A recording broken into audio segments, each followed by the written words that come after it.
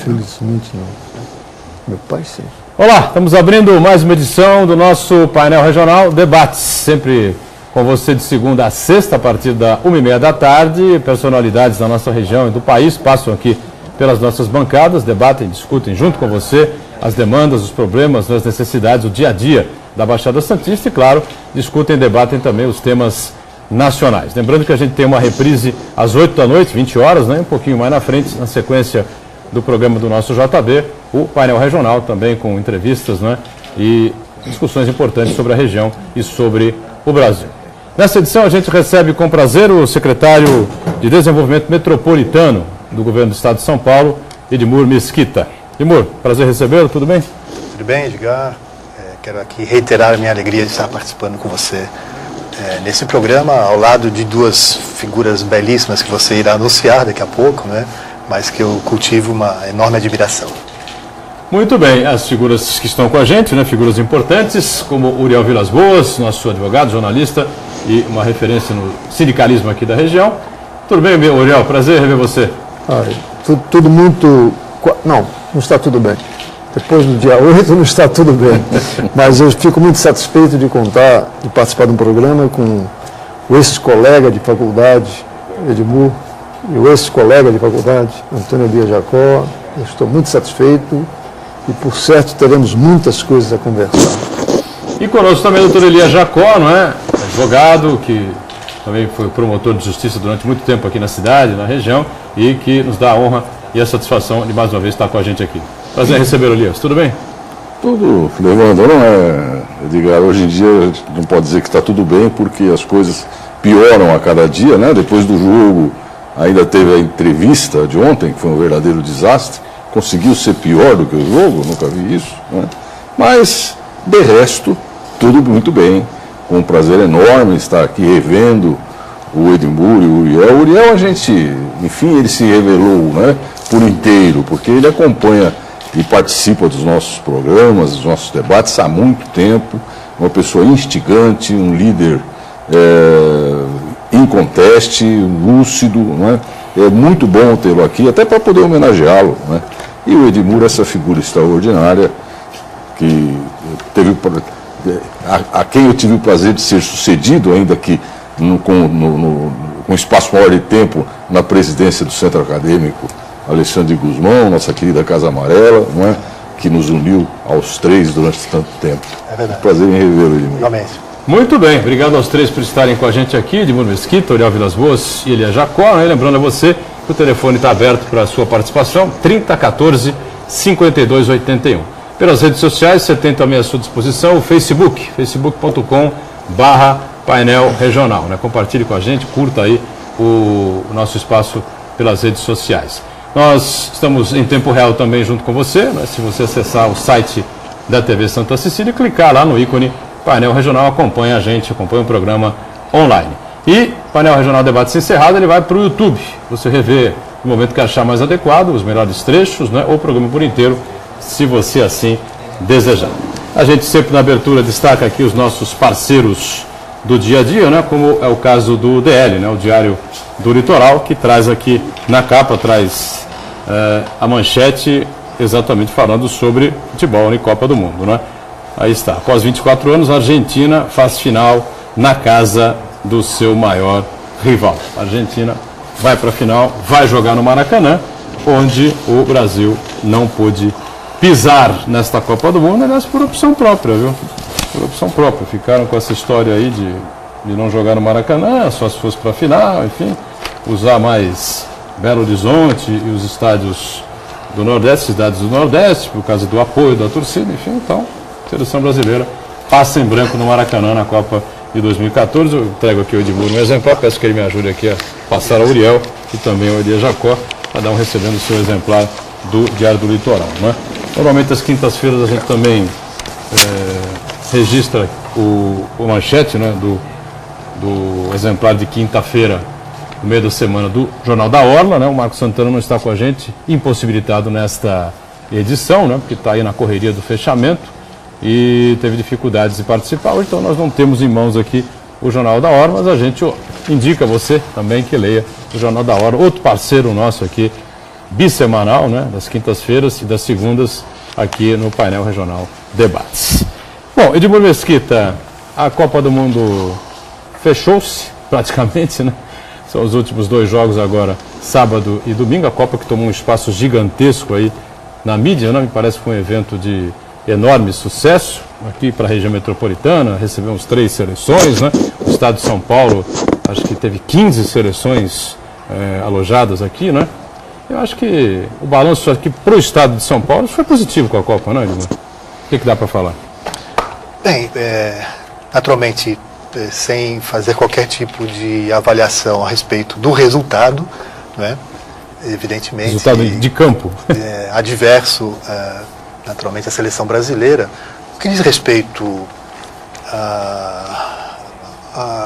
enfim, ao evento propriamente dito, eu penso que o Brasil acabou demonstrando que pode ter também competência no que diz respeito à parte da administração.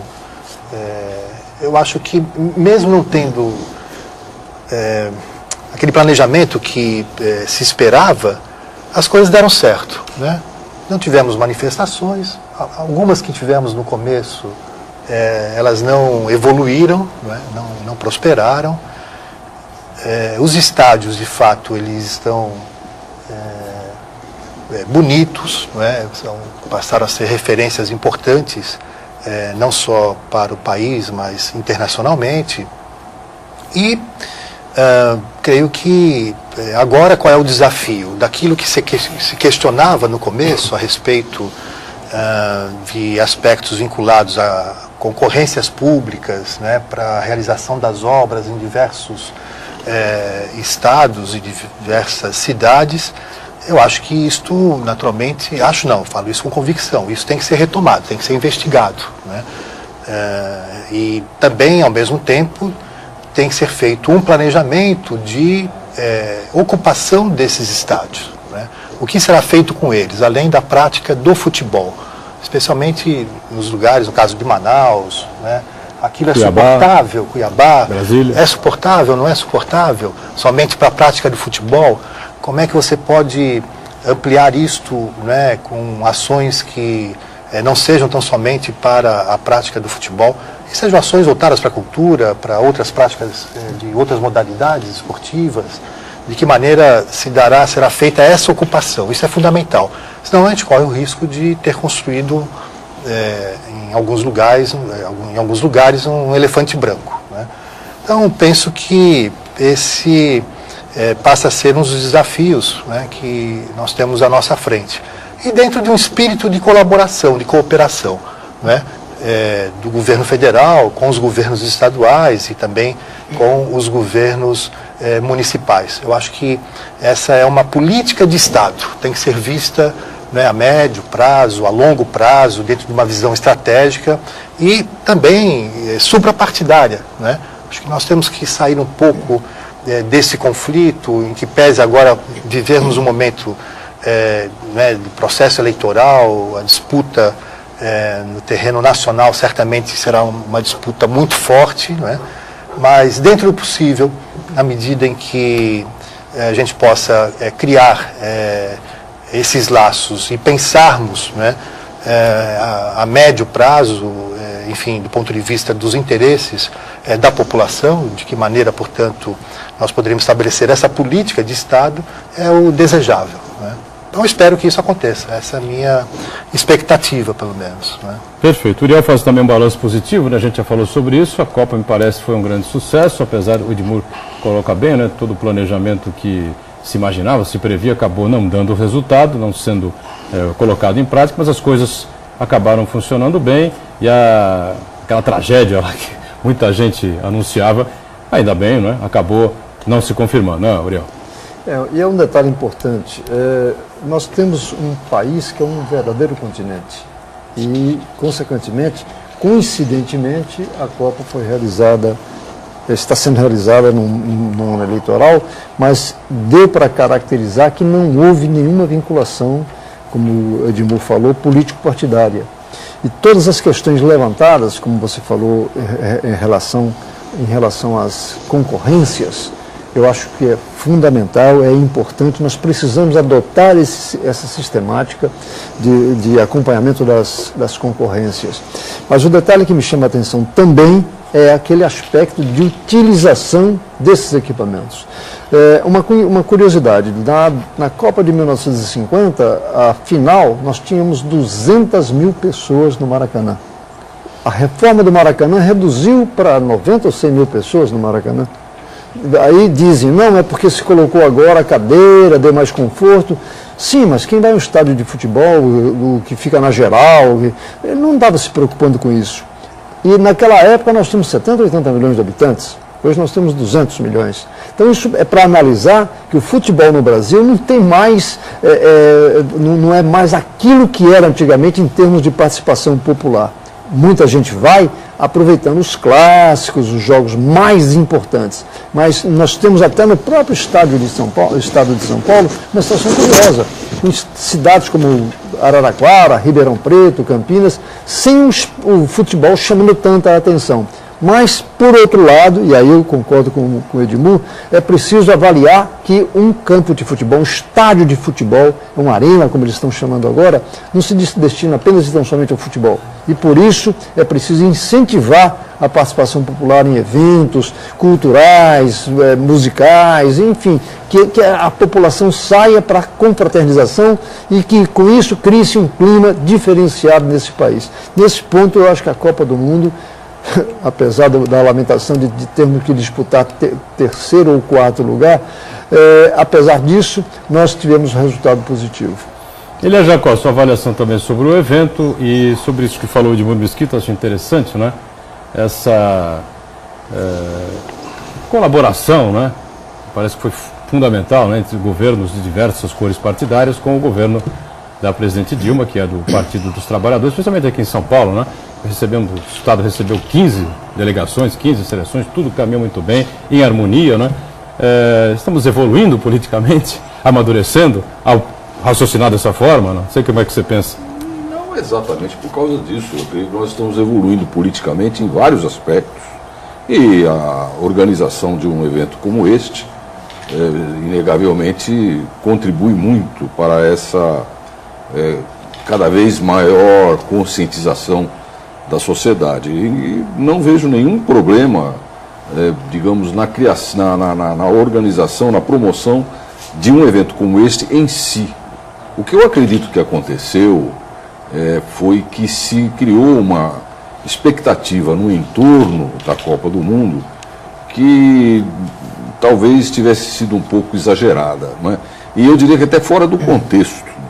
As exigências atuais, pela própria complexidade do evento e porque é um evento privado organizado por uma entidade que parece que toma conta da soberania dos lugares em que ela se instala, essas circunstâncias acabaram criando alguns fatores de constrangimento.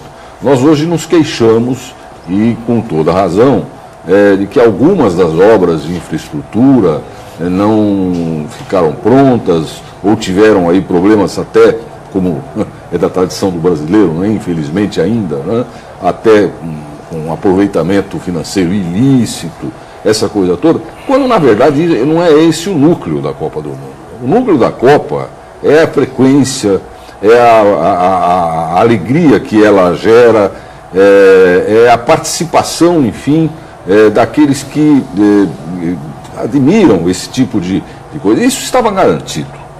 Com ou sem essas promessas, essas expectativas, com certeza uma Copa como essa no Brasil estaria fadada ao fracasso, ao sucesso. E isso, o que nós fizemos enquanto sociedade politicamente organizada foi simplesmente não atrapalhar essa probabilidade mais do que certa de êxito, né? Ajudar ao contrário, né? Criamos condições para que as pessoas, os turistas, aqueles que vieram acompanhando as suas seleções fossem muito bem recebidos no Brasil, tiveram a oportunidade, nem sempre bem aproveitada, mas o mais das vezes efetivamente e realmente existente, de conhecer melhor a nossa cultura, as nossas belezas naturais, enfim, tudo aquilo que a gente costuma sempre exaltar, mas que fica muito contido dentro da própria região. Não é? Eu acho que nesse aspecto, eu não tenho dúvida que foi um sucesso absoluto. Creio, entretanto, que nós perdemos muito em termos esportivos propriamente ditos. Né? O foco no futebol brasileiro há muito tempo, não é, tem prejudicado a real vocação do brasileiro para o esporte. Nós investimos um absurdo em futebol e deixamos de lado o resto. Né? Eu creio que talvez com as Olimpíadas que serão realizadas em 2016, a gente tenha condições de reavaliar esse aspecto. Né? Mas nós já deveríamos estar nos preparando para isso. As nossas escolas, os nossos núcleos comunitários já deveriam estar se dedicando a investir no esporte dito amador, naquilo que não é o esporte olímpico. Nós entramos, vamos chamar de esporte olímpico, eu acho que ela é um pouco mais do que isso, esporte como educação, desde o primeiro grau, desde a pré-escola, enfim, não é? Que nós tivéssemos realmente a consciência do significado desta prática para a cidadania, não é? Nisso nós ficamos devendo, e talvez até o dinheiro que se investiu nesta Copa vá fazer falta depois na continuação. Eu espero que não.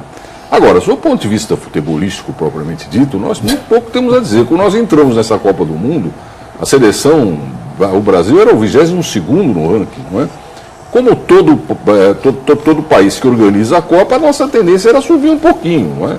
Até a África do Sul subiu um pouco no ranking, não é? Então, chegamos exatamente aonde nós deveríamos estar, né? O Brasil há muito tempo perdeu a hegemonia futebolística, há muito tempo perdeu qualidade e já não ombreia mais entre as melhores seleções do mundo, salvo em circunstâncias absolutamente excepcionais. Não justifica, é claro, uma vergonha nacional como esse 7-1, mas nós, em algum momento nós vamos chegar a isso, né? O Uriel lembrou bem, quer dizer, os nossos torcedores parece que já não mais se empolgam tanto com o futebol, não vão mais a estádio. Por quê, Uriel? Porque os nossos torcedores estão nos vários canais de TV assistindo os brasileiros jogarem fora daqui. Os jogadores de mais qualidade. Isso é realmente algo que tem a ver com a própria organização do futebol brasileiro, com a política que domina e vai, infelizmente, continuar dominando. Basta ver que, passada a hecatombe tedesca do dia 8, no dia 9 nós tivemos uma hecatombe, parreiriana, não é? Um absurdo total, que foi aquela entrevista dada pelo 7, que não se perca pelo número, representantes da cartolagem e dos bastidores do futebol brasileiro, né? Então, quer dizer, o que se pode dizer? A mim só cabe dizer o seguinte, quer dizer, isso me lembra aquele famoso cirurgião, né, que depois de uma cirurgia de transplante cardíaco, sai para falar com os familiares e diz, olha, a operação foi um perfeito sucesso. Mas o paciente morreu. Então, o que mais que eu posso dizer? Olha, o paciente não morreu, né? Ele, lamentavelmente foi muito mal nessa partida, mas o paciente continua vivo lá na UTI. A gente espera que novos dirigentes, novos jogadores surjam e o futebol brasileiro se reabilite em breve, sem dúvida nenhuma. Em matéria de doença cardíaca, eu posso falar aqui com uma certa propriedade. E em matéria de esporte olímpico também, né? O Edmur foi um tenista destacado, para quem não sabe, né? Dos mais destacados, né? Da história do... Na época, o esporte amador aqui da cidade. Quantos jogos abertos você ganhou como tenista? Participei de muitos. Me ganhou algo que pouca gente... Meu primeiro emprego na vida, eu fui professor de tênis. Eu sei. Em Guarujá. Eu tinha 13 anos de idade, Elias. Comecei novinho, com 8 anos, né? E fui convidado para dar aula para os paulistanos que vinham... que frequentavam o clube, o Tortuga Clube de Guarujá. E eu fiz isso durante duas temporadas. E é uma curiosidade interessante, porque já naquela época, imagina, eu novinho, pegava o ônibus na praia, próximo ao Canal 3, até a ponta da praia, atravessava a balsa, etc. Já naquela época eu via essa expressão com relação à ligação seca entre Santos e Guarujá. Assim, olha, jamais os... É um bom tema para discorrer aqui, já. Jamais os milionários, essa era a expressão, os milionários de São Paulo irão permitir que seja feita essa ligação entre Santos e Guarujá. Né? Então, eles fizeram bastante força. É verdade, Mas, enfim... Mas a verdade é que você era tenista e o Edmur é humilde, muito humilde nesse aspecto, jogou muito bem, foi um dos melhores tenistas que a cidade de Santos produziu, indiscutivelmente isso.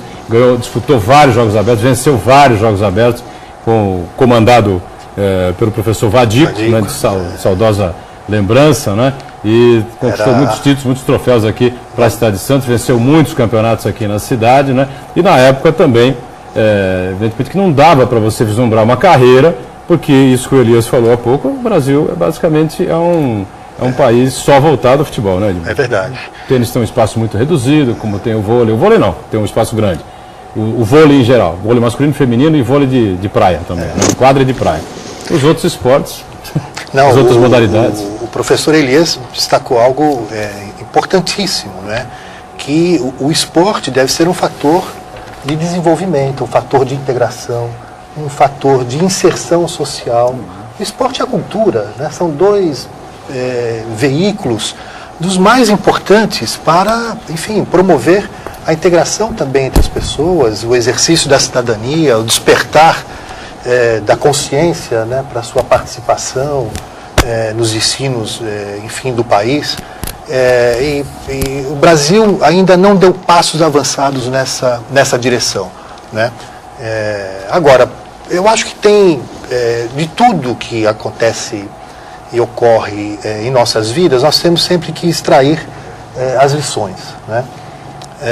Eu acho que o resultado do Brasil de estar agora disputando o 3º lugar na Copa do Mundo significa que está caindo um pouco a ficha, né? Que o Brasil já não é mais, ou não está no patamar tão elevado como esteve no passado, e já não é mais o país do futebol, né?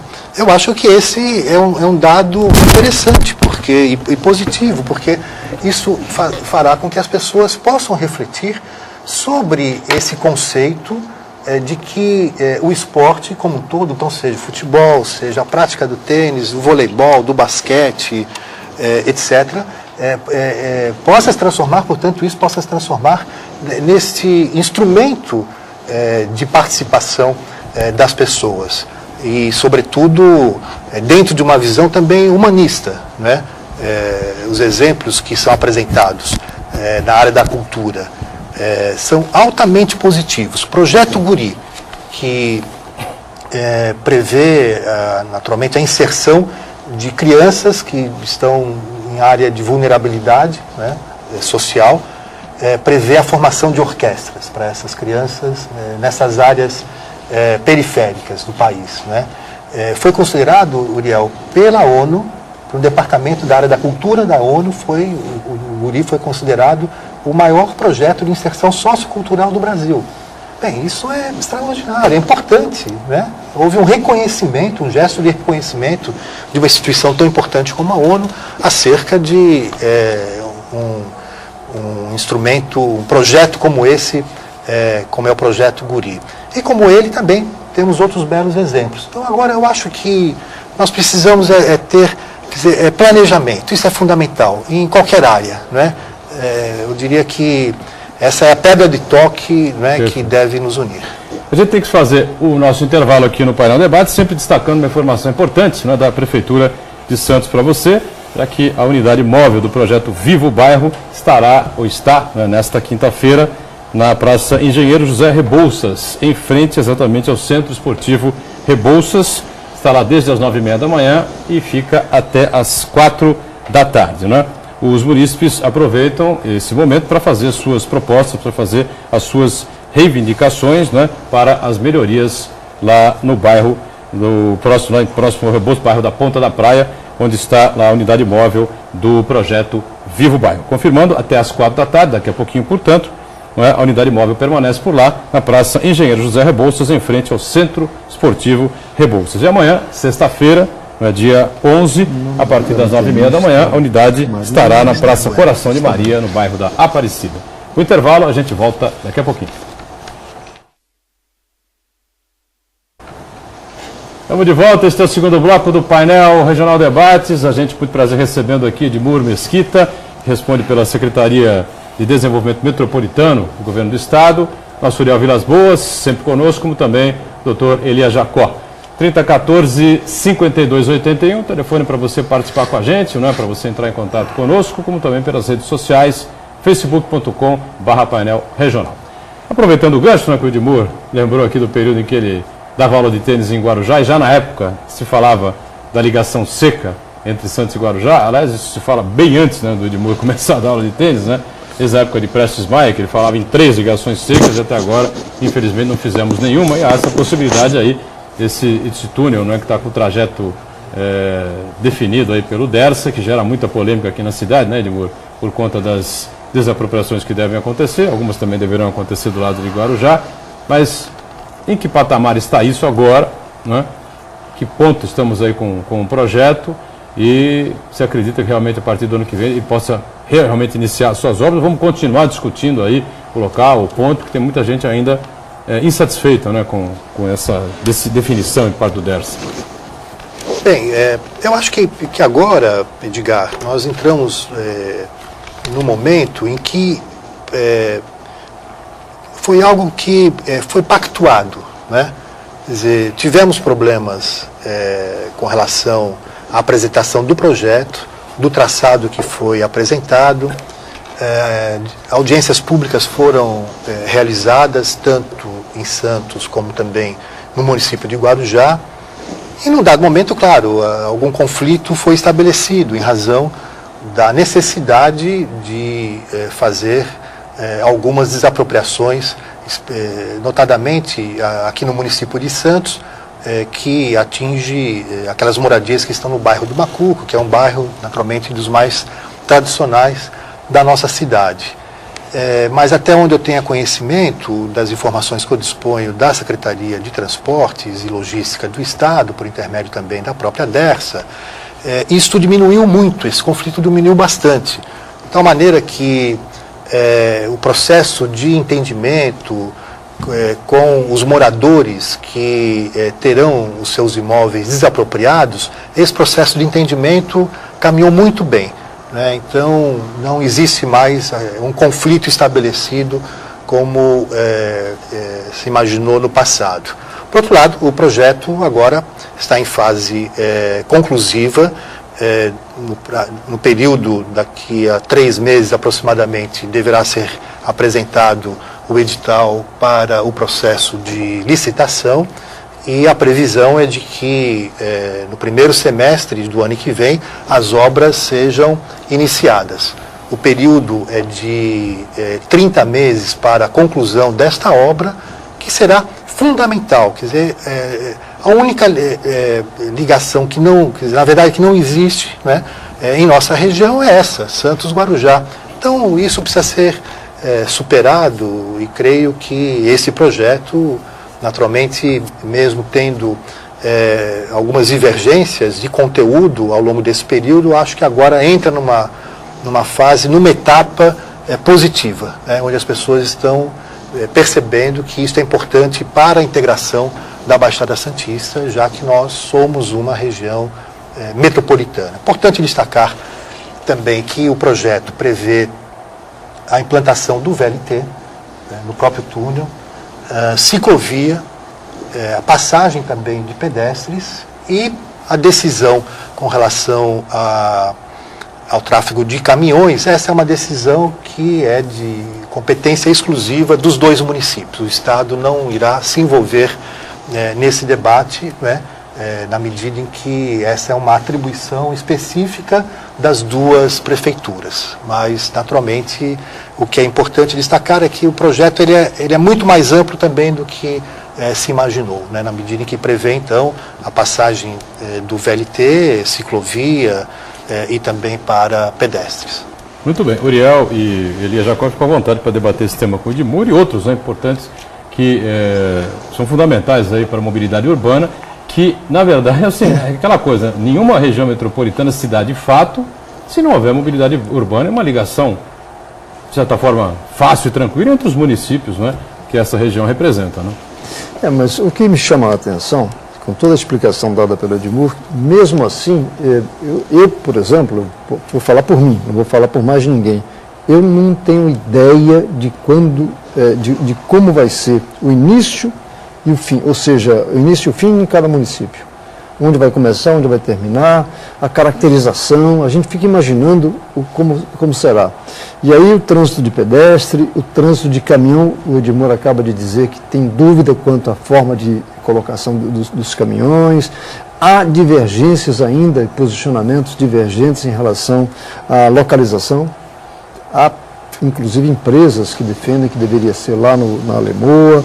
Não, com relação, só especificamente nisso. Isso já está definido. Um parênteses, já está definido, o traçado já está definido. Certo. Não há questionamento a respeito desse traçado no momento. Certo. E depois, é o tipo da obra que a gente fica na expectativa que ela vai ser realizada. E parece uma novela, e um drama ao mesmo tempo, porque os moradores ali do Macuco andaram questionando, fazendo movimentação nesse sentido.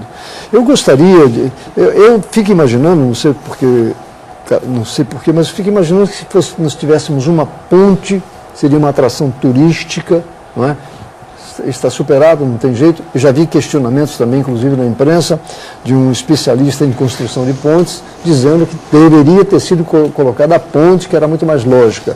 Mas ficou num questionamento, talvez uma posição muito pessoal. Esperamos que isso encontre a solução. Porque não se trata, eu não coloco a ligação Santos-Guarujá, eu coloco a ligação praticamente do litoral norte ao litoral sul. Porque alguém vai sair lá de Caraguatatuba, aliás, do Rio de Janeiro, ali vai ser um traçado muito interessante para ser passado.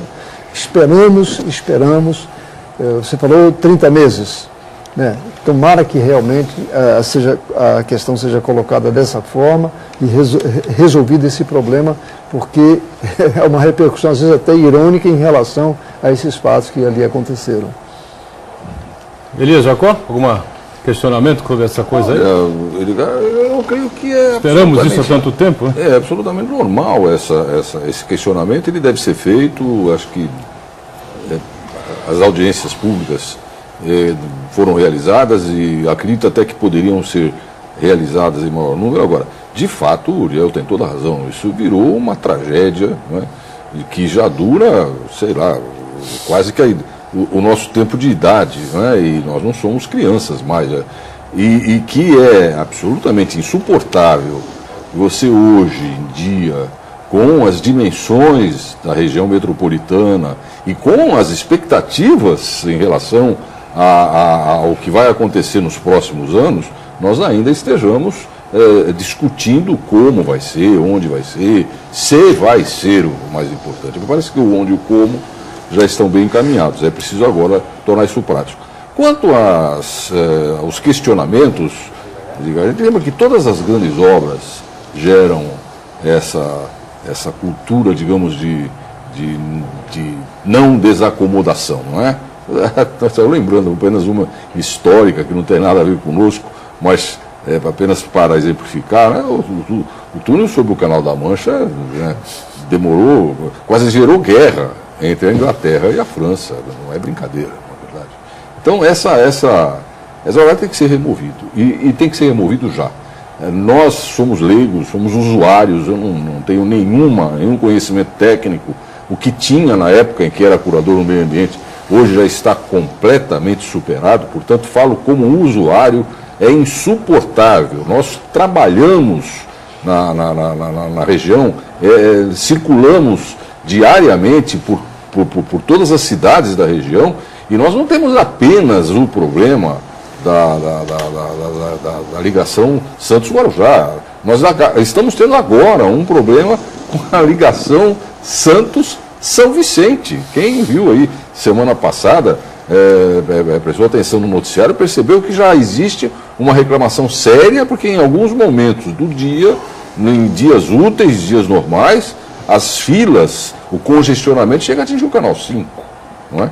Então, agora se fala num túnel que vai ligar ali, mas agora, esse túnel também já está com barba branca há muito tempo, não é? Então, o que a gente pode dizer aqui no programa, como participante e como usuário, é que isso aconteça logo. Isso aconteça logo. Muito bem, são obras importantes que a gente realmente deseja que saiam do papel o mais rápido possível, não é? E, entre elas, o VLT, Veículo Leve sobre Trilhos, que vem lá da Ponte dos Barreiros e deve ter lá o seu destino final lá no Valongo, em Santos, não é, Edmundo? Agora vem uma notícia interessante, importante, né, e complexa, complicada para todos nós, e que é um problema sério lá com a sequência do VLT em São Vicente, por conta lá do viaduto, a construção do viaduto, que não foi construído, não está acabado, enfim, na Imigrantes, isso estaria atrapalhando aí a sequência da obra, né? Bom, queria saber se você tem alguma informação sobre isso e se realmente pode travar a sequência do VLT, como é que fica? Não, pelo menos não disponho de uma informação mais detalhada a esse respeito, se porventura isso poderá criar qualquer tipo de obstáculo para a execução da obra do VLT. Ora, é importante que a gente pense na região, do ponto de vista do seu desenvolvimento, dentro de um espírito de harmonia, evidentemente, né? Agora, nós, estamos rompendo com tabus que são muito antigos, não é, Elias? São tabus de décadas, né? Veja, por exemplo, aqui o programa de recuperação socioambiental da Serra do Mar. Tivemos uma dificuldade no começo, quase que intransponível. Até concordo quando as pessoas fazem o questionamento de que faltou uma informação mais precisa para que as famílias que estão habitando as cotas, né, de Cubatão, parte delas até desde a criação, desde a construção da Anchieta. Começou na década de 30. Né? Cota 200 começou lá. Começou lá. Né?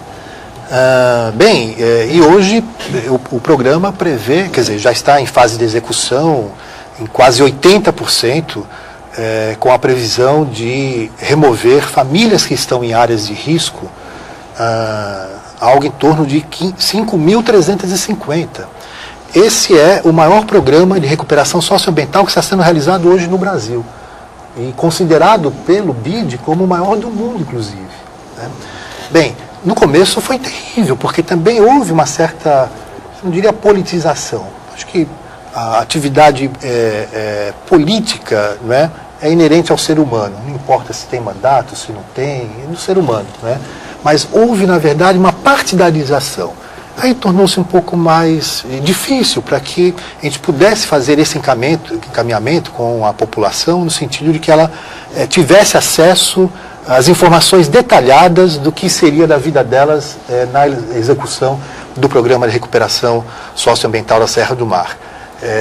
O Lara, né, o saudoso Lara, ele foi um dos coordenadores em um determinado período desse programa. A gente tinha o Coronel Eclair, que era o coordenador executivo do programa, e o Lara, que fazia esse trabalho de relações institucionais com a prefeitura e também com toda esta população das cotas de Cubatão. E depois, enfim, com o falecimento do Lara, eu até acabei substituindo o Lara nesse papel por uma designação do governador José Serra, que foi quem deu início a esse programa. Bem, eu estou dizendo isso porque também esse era um tabu, né? Ninguém tinha tido esta visão de planejador, de pensar no futuro, né? E sobretudo na vida de milhares e milhares de pessoas, até que um dia pudesse ocorrer alguma catástrofe, como ocorreu há anos atrás também, né? Bem, da mesma maneira, isso diz respeito a essa política de mobilidade urbana, que é um problema hoje com características mundiais. Bem, mas nós temos que dar, naturalmente, a nossa resposta. E para que isso aconteça, se nós cairmos e ficarmos prisioneiros desse debate, bom, mas é túnel, é ponte, como é que foi dada, como é que foi feita essa escolha, né? Rapidamente só queria dizer que a DERSA, ela elaborou, Uriel e Caríssimo Elias, ela elaborou 8 cenários, e foi afunilando, né? Para fazer a escolha do melhor cenário, tá certo, que pudesse ser apresentado, aquele que causasse o menor impacto junto às duas populações das duas cidades e também que pudesse ser desenvolvida uma determinada tecnologia que aqui no Brasil isso pudesse também ser desenvolvido, que não tivesse tanta dificuldade. As audiências públicas, eu participei de todas elas, foram feitas 4 audiências públicas, 2 em cada município, além de encontros, reuniões e as câmaras municipais que promoviam, etc. e tal. E tudo isso foi bastante detalhadamente explicado. Bem, eu acho que agora chegou mesmo no momento de execução. Né? Não dá para a gente ficar olhando para trás, mas por que não aconteceu isso, não fez aquilo, tomou tal providência, agora daqui para frente. Né? E claro, com a preocupação de tomar as decisões mais adequadas. Eu acho que esse trabalho foi feito com muita competência pela DERSA, que tem técnicos altamente qualificados. A DERSA é uma empresa que forjou técnicos, como foi a COSIPA, que o Uriel integrou, enfim, fez parte, enfim, como é a Petrobras, enfim, como são empresas estatais do país, né, que forjaram técnicos muito competentes e muito eficientes. Então, acho que agora, digo isso com convicção, nós estamos agora construindo o caminho correto. Vamos para mais um intervalo aqui no nosso painel regional debate, já a gente volta na sequência, tá bom?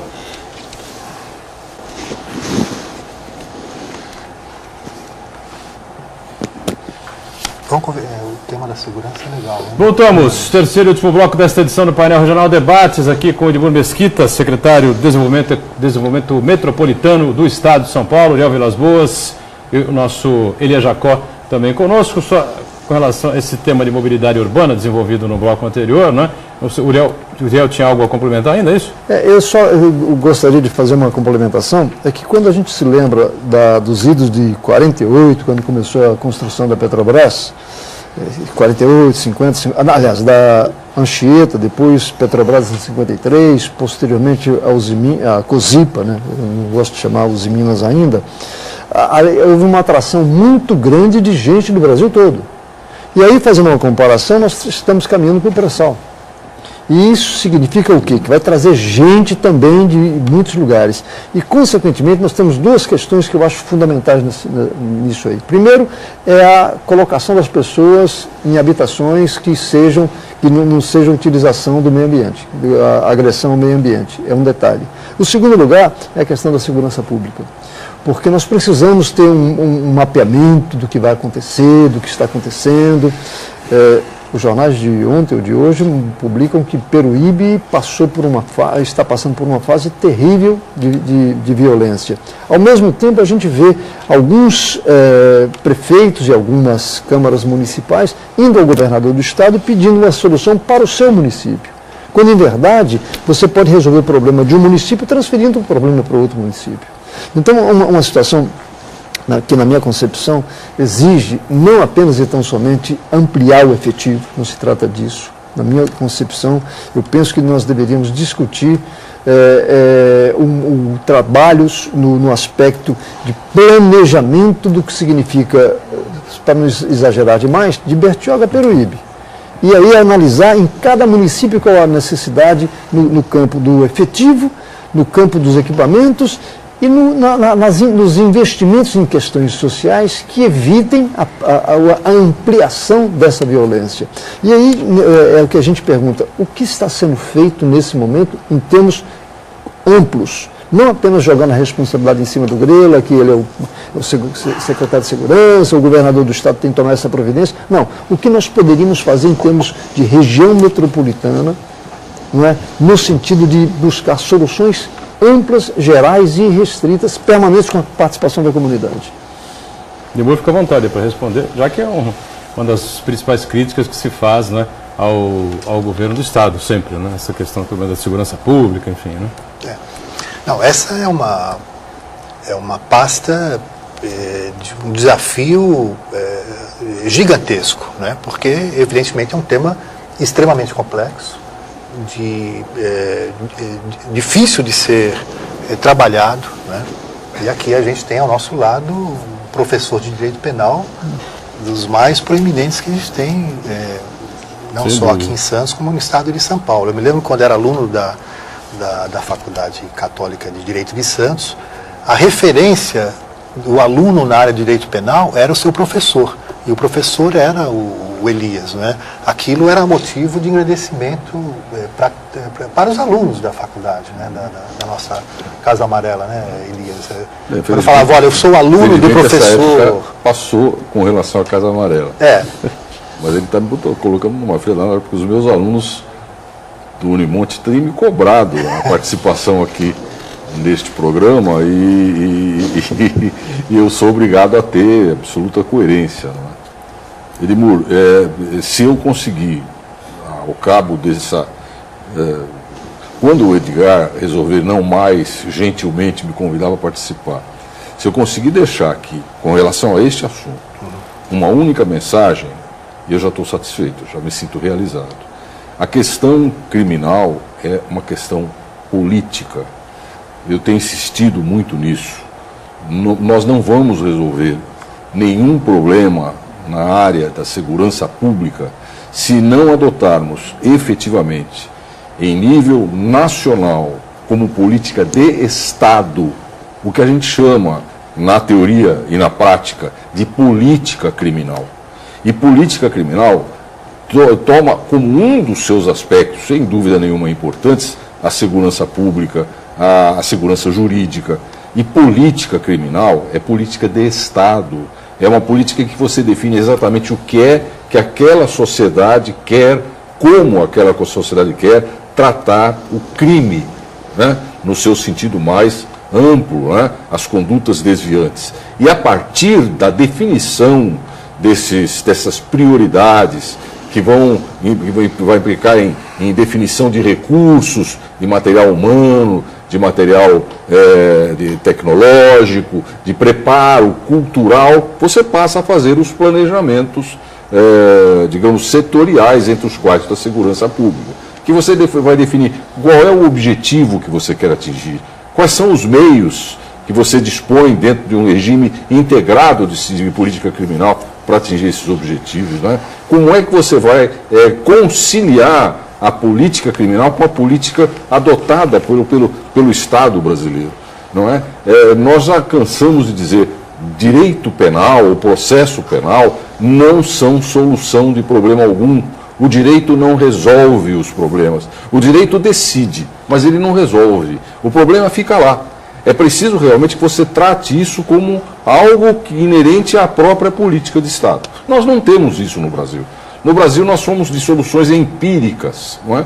Agora se fala, como falou bem o Uriel, vamos aumentar o efetivo lá, porque vem uma leva de imigrantes, trabalhadores. Não é possível que seja assim. Bom, a Polícia Civil no estado de São Paulo é a pior remunerada. É verdade, mas não adianta nada você aumentar o salário dos policiais. É uma medida isolada, empírica. Não é? Então, enquanto nós não conseguimos passar essa mensagem, e essa mensagem se passa para os responsáveis pelo Estado brasileiro, desde a União até o mais humilde dos municípios, né? Dizer exatamente o que é que nós queremos fazer com essa prática social inevitável chamada crime, nós não vamos sair deste impasse e a coisa vai piorar cada vez mais. O tecido social se esgarça cada vez mais. E cada vez mais a violência impera, não é? Na década de 30, 40, quando Nelson Hungria, o grande gênio do direito penal, escreveu sobre a matéria e fez o Código Penal brasileiro, ele dizia, o crime do futuro é o estelionato. Hoje, dizia ele, é a violência no campo, hoje é a violência urbana, amanhã será o estelionato, porque a inteligência vai superar a agressividade. Um dos muitos erros dele, né? Hoje, nós temos uma violência absolutamente desenfreada e a coisa vai piorar cada vez mais. Agora, o que é que faz o Estado brasileiro se não ficar apontando o dedo, né, na ferida quando ela está sangrando? Né? Então tapa aqui, aumenta a pena lá, cria um crime aqui, aumenta um saláriozinho aqui, aumenta 2 guardinhas lá. Isso não resolve, só piora, porque compromete, desmoraliza todo o sistema social de controle da criminalidade. Mas aí nós temos uma situação que deveria ser avaliada. Em primeiro lugar, quando se fala do Judiciário ou da Polícia Federal, nós temos o juiz do Rio Grande do Sul ou no Rio Grande do Norte tem o mesmo nível salarial. O policiamento não. A Polícia Civil ou Militar não. Cada estado tem sua caracterização. Primeiro. Segundo, quando se discute a legislação, nós estamos falando a nível nacional. E vai para o Congresso Nacional, vai para os vários segmentos a discutirem isso. Na questão da polícia em si, nós não vemos essa discussão que, na minha concepção, deveria discutir nacionalmente. Sem dúvida. E por quê? Por que isso? Porque eu diria, se a gente pudesse dar um exemplo aqui na região, e aí uma sugestão que a gente está colocando, Edmundo, se a comunidade aqui, a região metropolitana, juntasse os seus secretários de segurança, juntasse especialistas, juntasse interessados, juntassem professores, porque o nível universitário tem que participar também, para começar a discutir uma proposta que tivesse repercussão nacional, no sentido de estimular uma discussão nacional. Perfeito. Vamos ver que o faz representando a o política Estado, criminal. É isso mesmo que é política criminal. Como foi aqui observado, tanto pelo professor Elias como pelo Uriel, essa política de segurança pública, ela tem diversas pontas, não é isso? Que se a gente não conseguir unificá-las, alinhavá-las, né, claro que fica muito mais difícil, por conta de uma série de medidas que têm que ser adotadas de forma conjunta, dentro dessa visão de política de Estado, da criação de um sistema unificado, né, governo federal, governos estaduais e os governos municipais. Até porque isso passa por decisões estruturantes muito mais profundas. Por exemplo, o debate em torno da unificação das polícias, né? Da militar e da civil. Isso tem que ser feito. Não basta o Estado de São Paulo tomar a dianteira, propor isto, como foi proposto pelo Mário Covas, inclusive, numa sugestão, numa mensagem que ele enviou ao Congresso Nacional, na condição de governador de São Paulo, né? As mudanças no Código Penal, não é isso? Isso tem que ser feito. O Código Penal, né, eu me coloco na condição de aluno do professor Elias. Eu diria para você que mas com toda a objetividade, talvez fosse a última das medidas. Mas faz parte de um conjunto, não é a primeira. O direito criminal é a última razão de intervenção punitiva. Antes de chegar lá, é preciso que tenham adotado soluções que resolvam de imediato, porque há problemas que não podem esperar. O sujeito está morrendo na rua hoje, claro, não é? E que tenham realmente essa visão estruturante a que você fez referência. Você fez referência a um aspecto, e eu vou lembrar outro, é o sistema penitenciário. Também, claro. Como é que nós vamos fazer com o sistema penitenciário? Claro. Agora adotaram como solução criar alguns presídios federais. É uma forma clássica de botar a cabeça, sabe, na areia, de avestruz, que não vai resolver problema nenhum. Além disso, também por outro lado, então por aí a gente percebe, né, que como é que a gente vai então alinhavar essas pontas, né? Tem que haver essa integração e tem que ter consciência de política de Estado. Isso é fundamental. Também tem um aspecto da sensação que as pessoas têm, né? Aquilo que se denomina da sensação da insegurança. A Organização Mundial da Saúde estabelece como um critério, né, de metas, né, que seria suportável imaginar que a cada 100 mil habitantes houvessem 10, 11 crimes contra a vida, né? Bem, no estado de São Paulo, apesar da sensação ser outra, essa meta está sendo cumprida pelo estado de São Paulo. Com relação em torno a de determinada 11, espécie de crime. Exato. Que é um crime eventual. O problema é de morir, isso aí vai não, essa discussão é muito mais profunda. Mais sério, mas, agora, concretamente... Fácil você controlar o homicídio, ou não, porque o homicídio acontece independentemente da atuação ou não da polícia. Claro. De um modo geral. De modo geral. Agora, difícil é você controlar, e é ele que deve ser controlado, é o latrocínio, Claro. é o crime de violência contra a pessoa, Claro. com objetivo patrimonial, é o crime, digamos, que reflete a personalidade do indivíduo, como, por exemplo, o estelionato, como, por exemplo, os crimes contra a dignidade sexual. Claro. Agora, o homicídio, todos nós podemos ser homicidas saindo daqui. acidentalmente. Agora, Muito bem, concretamente, olha, é um debate, Uriel, Edmur e Dr. Elias, para a gente fazer aqui, refazer aqui a bancada, né? Trazer aqui o Edmur de volta Não, com o acho Uriel e com importante. o nosso professor Elias, para a gente, com mais calma, usar o tempo praticamente inteiro do programa. o trauma do jogo. E sem o tempo fechando aqui, encerrando como a gente se você puder me dar 30 segundos, é possível? 20 segundos. 29,5, para dizer aquilo que foi apresentado pelo Uriel. O governo do Estado tem essa preocupação no sentido de envolver a sociedade na definição dessa política de segurança. Nós criamos aqui no Estado de São Paulo o Gabinete de Ações Metropolitanas de Segurança Pública, que é composto pela sociedade civil, pelos secretários municipais de segurança, pelos coordenadores das guardas municipais, pelo representante do Ministério Público, pelo Poder Judiciário, pela Polícia Federal, né? E com isso nós definimos as prioridades com relação a essa política de segurança pública dentro desse fator de integração das regiões metropolitanas. Isso tem acontecido e tem produzido bons resultados. Aqui na Baixada Santista nós vamos criar agora o Sistema Integrado de Vídeo Monitoramento. É um avanço importante, né? Vamos trabalhar isso com inteligência, etc. Vamos refazer essa estamos construindo esse caminho. Vamos fazer. A É gente um vai tema... debater com mais tranquilidade a segurança pública aqui Legal. com o Edmundo Mesquita. A gente tem sempre uma satisfação em receber, como o Uriel e o Dr. Elias, sempre participando conosco. Obrigado a você que nos acompanha. O Painel Debates volta sempre amanhã, não é? Às 13h30, reprise às 20h e o painel regional um pouquinho mais na frente, às 22 horas. Tchau. Isso é um assunto para mais de meia.